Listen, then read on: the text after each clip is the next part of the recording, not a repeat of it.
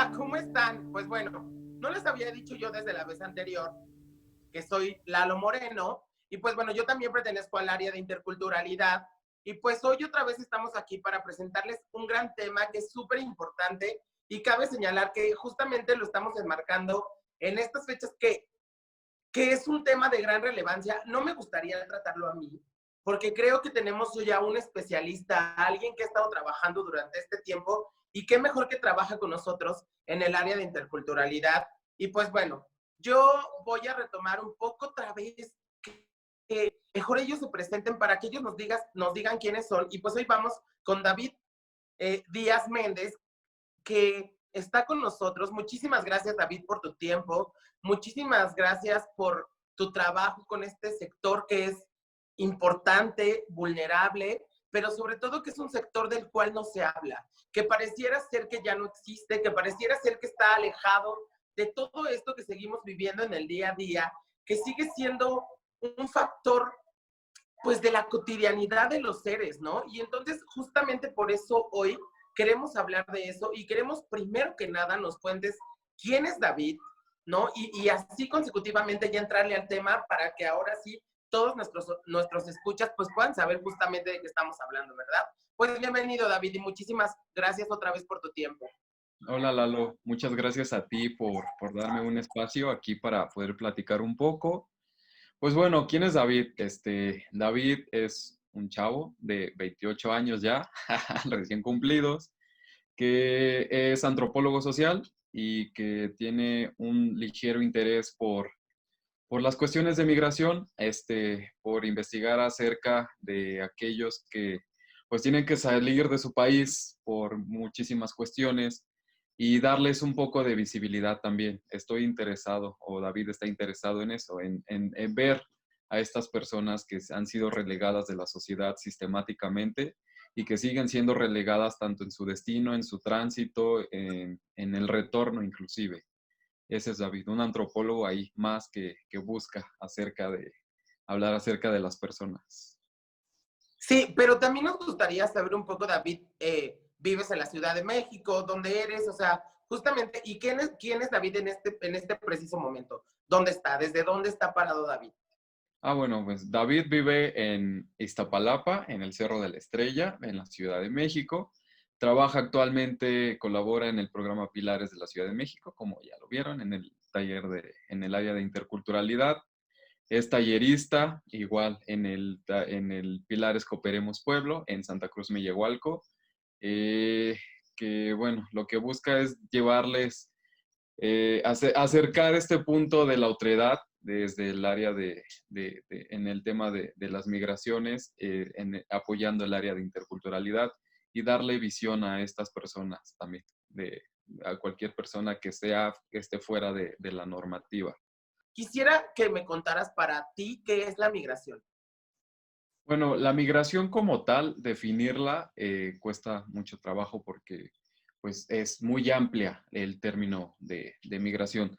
Pero si queremos como acotarlo, pues la migración se definiría como aquellas movilizaciones que hacen personas o grupos de personas a través de lo que tradicionalmente conocemos como fronteras, estos límites entre un estado-nación y otro estado-nación, teniendo en cuenta que, bueno, las migraciones se pueden dar pues por diversas y múltiples razones, cuestiones económicas, cuestiones, por ejemplo, ligadas a las violencias, entendiendo violencias como un término en general, que implica pues cuestiones de orientación sexual, cuestiones más étnicas, cuestiones, por ejemplo, de violencia física que se vive en algunos estados-naciones, guerrillas y este tipo de cuestiones.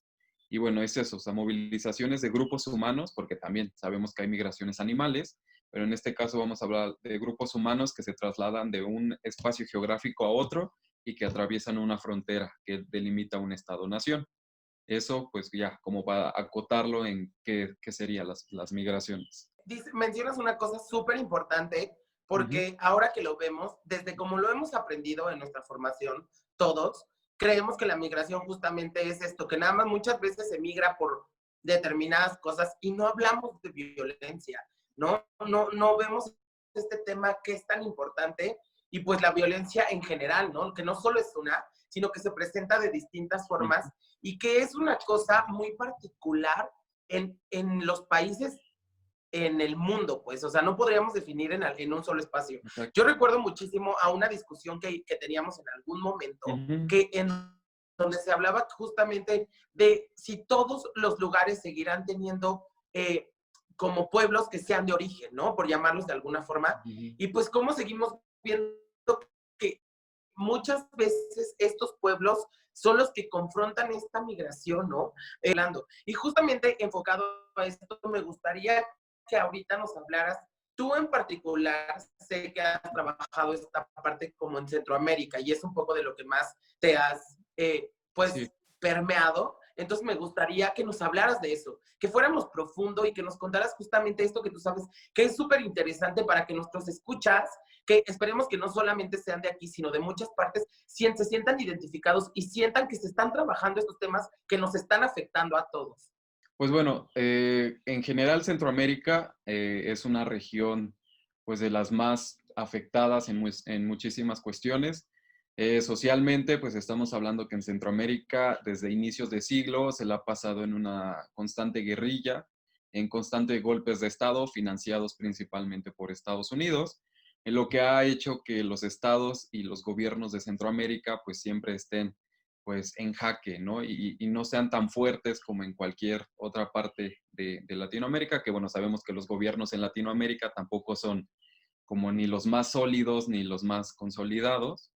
Eso ha llevado a que, bueno, al no haber un Estado tan complejo, pues la brecha de desigualdad y la brecha de pobreza que hay en Centroamérica, pues se ha elevado, se ha hecho cada vez más grande e incluso cuestiones étnicas, o sea, el área de Centroamérica, principalmente el que yo conozco, es la del Triángulo Norte, que igual Triángulo Norte es un término militar de Estados Unidos, pero bueno, es el que se utiliza para delimitar el país de Guatemala, Honduras y El Salvador, que es el área o con las personas que yo he trabajado principalmente.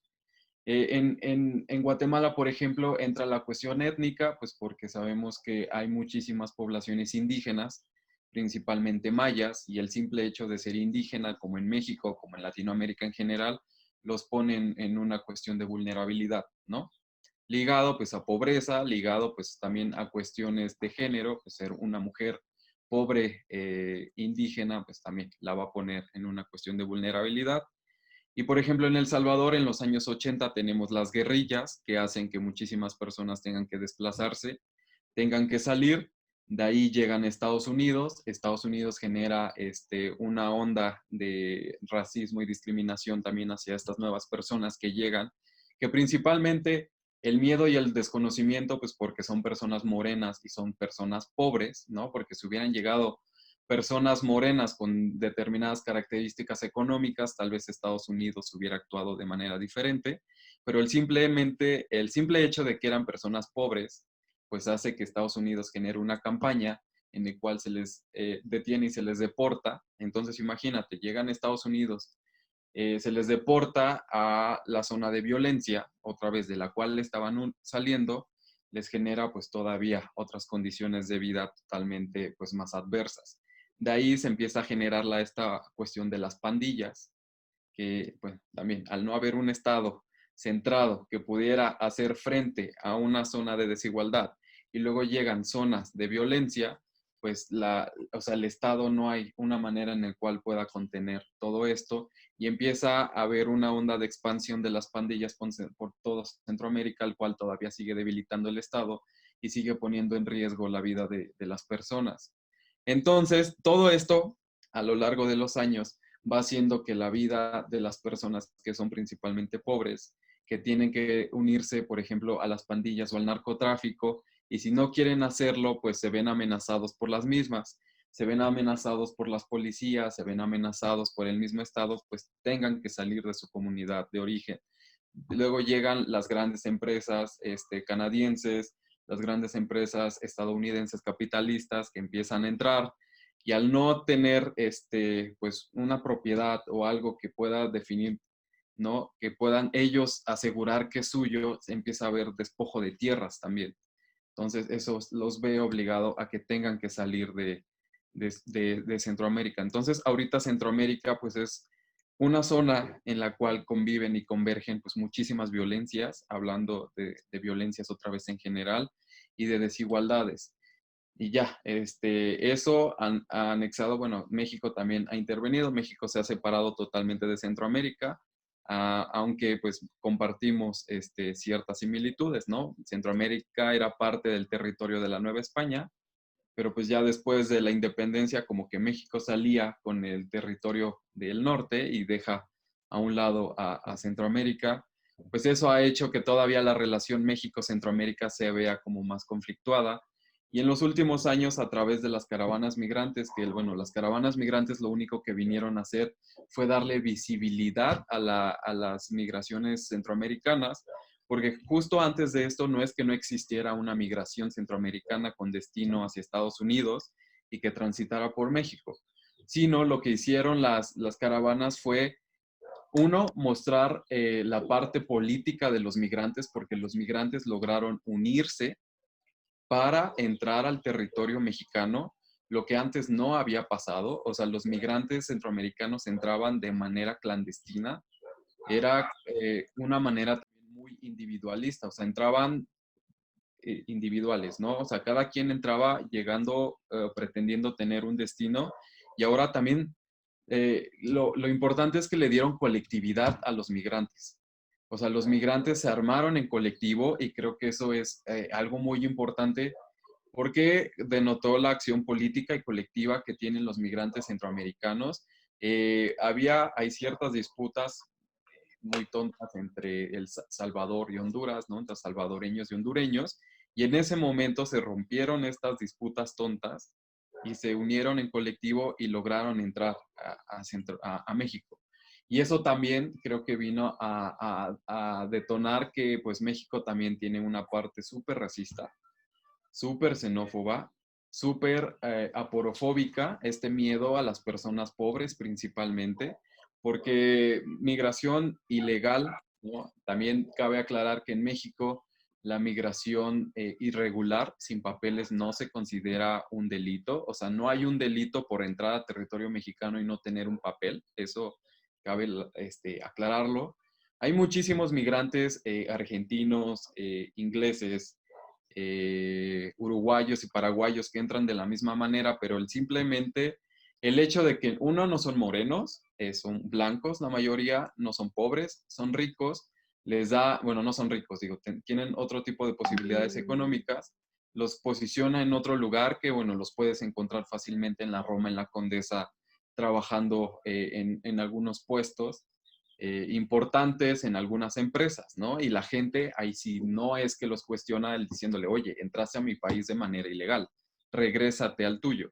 Sino aquí el miedo es que entraron en colectivo las personas centroamericanas, en su mayoría eran jóvenes, que también simplemente el hecho de ser joven también te pone en una posición que la sociedad te ve como una cuestión de amenaza. Y si eres un joven moreno pobre, pues este incremento de amenaza se hace pues brutal, ¿no? O sea, crece todavía más. Entonces, pues México al principio se vio como muy receptivo de las poblaciones migrantes. Dijo, bueno, México se ha encargado históricamente de recibir a los migrantes, ¿no? Como lo hizo con los españoles durante la guerrilla allá en España, como lo ha hecho con los argentinos, pues vamos a hacer lo mismo, pero al final no fue lo mismo, ¿no?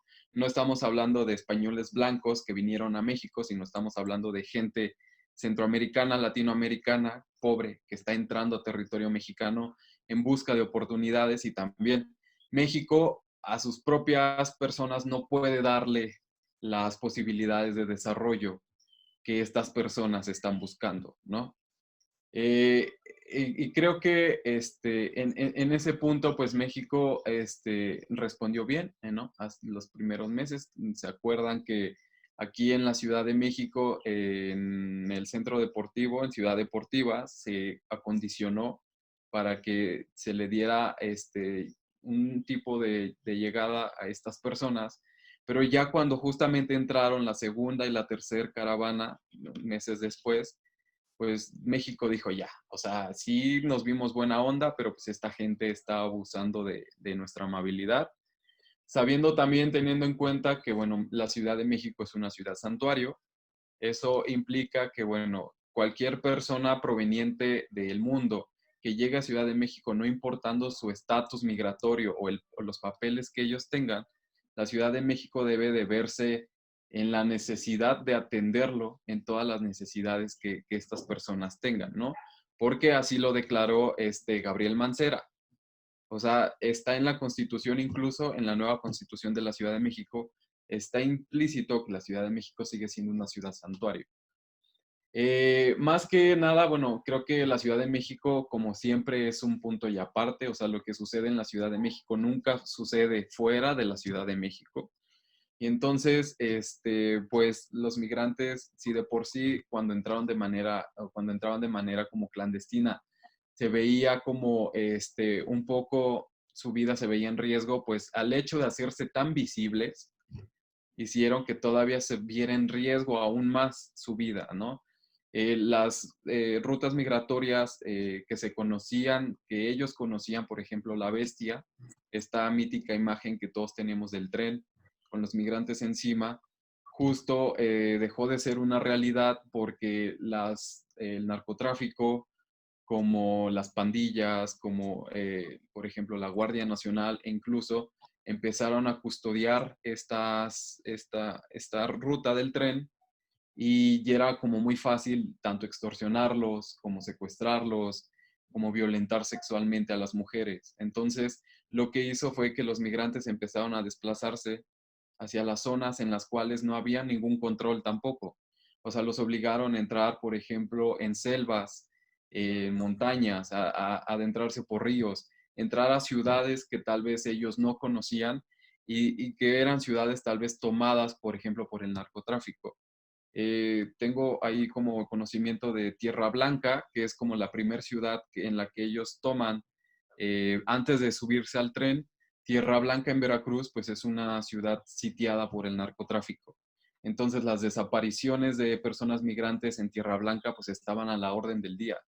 Y de hecho la Casa de Migrantes de Tierra Blanca tenía una lucha constante y un encuentro constante con el narcotráfico de decirle, oye, ¿sabes qué? No los secuestres, o sea, darles chance mínimo de llegar aquí al albergue, que coman algo y que se vayan. Entonces, esa interacción que había o esa mediación que había entre la directora de la casa del albergue de Tierra Blanca con el narcotráfico para poderle decir, oye, ¿sabes qué? No los mates, o sea, es gente que necesita, es gente que busca condiciones, gente que no tiene nada, o sea, ¿qué le vas a quitar? Pues da a, destapa como toda esta también onda de corrupción y de violencia que se vive en México. O sea, no solamente se vive en Centroamérica, sino también se puede vivir en México.